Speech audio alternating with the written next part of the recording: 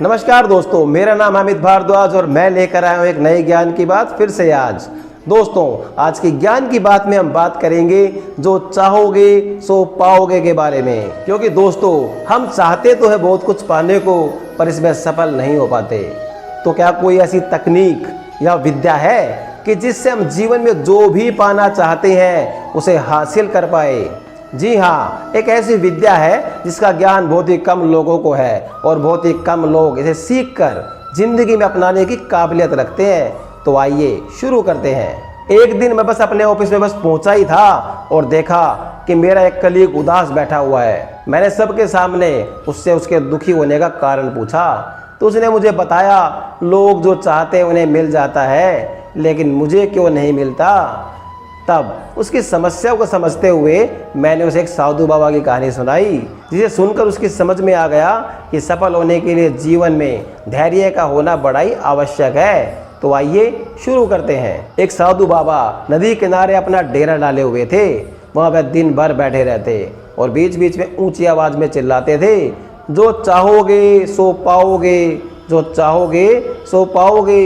वहीं पास से गुजरने वाले ज़्यादातर लोग उन्हें पागल समझते थे।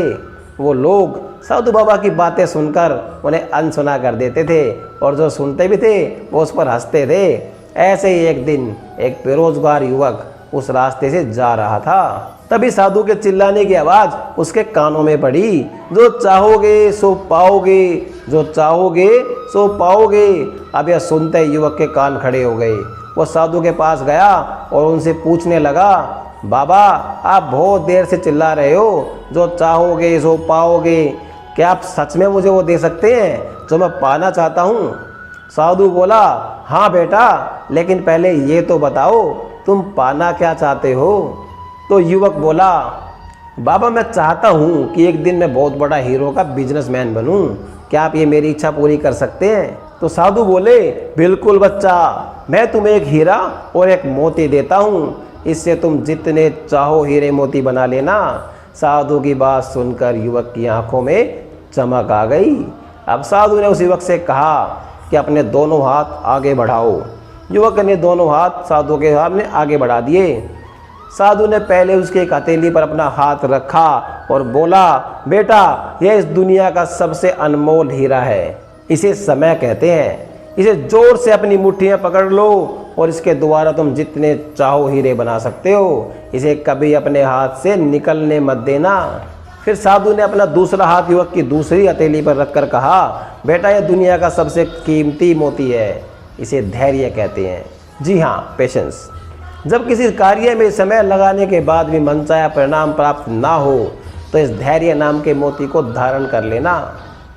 यदि यह मोती तुम्हारे पास है तो तुम दुनिया में जो चाहो वो हासिल कर सकते हो। समझदारी से काम लें। युवक ने साधु की बात सुनी और उन्हें धन्यवाद बोलकर वहाँ से चल पड़ा। उसे सफलता प्राप्ति के 2 गुरु मंत्र मिल गए थे। उसने निश्चय किया कि वह कभी अपना समय व्यर्थ नहीं गवाएगा, सदा धैर्य से काम लेगा। और कुछ समय बाद उसने एक हीरे के बड़े व्यापारी के यहाँ पर नौकरी करनी स्टार्ट कर दी और कुछ वर्षों तक लगातार दिल लगाकर बिजनेस का हर सीक्रेट सीखता रहा। एक दिन अपनी मेहनत और लगन से अपना सपना साकार करते हुए हीरे का बहुत बड़ा व्यापारी बना।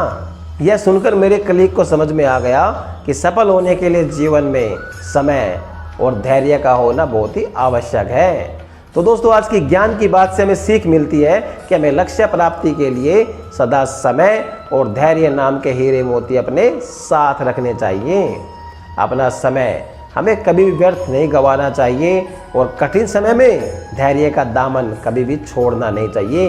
आपको सफलता अवश्य प्राप्त होगी, ये मेरी गारंटी है। तो दोस्तों, ये थी आज की ज्ञान की बात। कल फिर मिलेंगे इसी उम्मीद के साथ। धन्यवाद।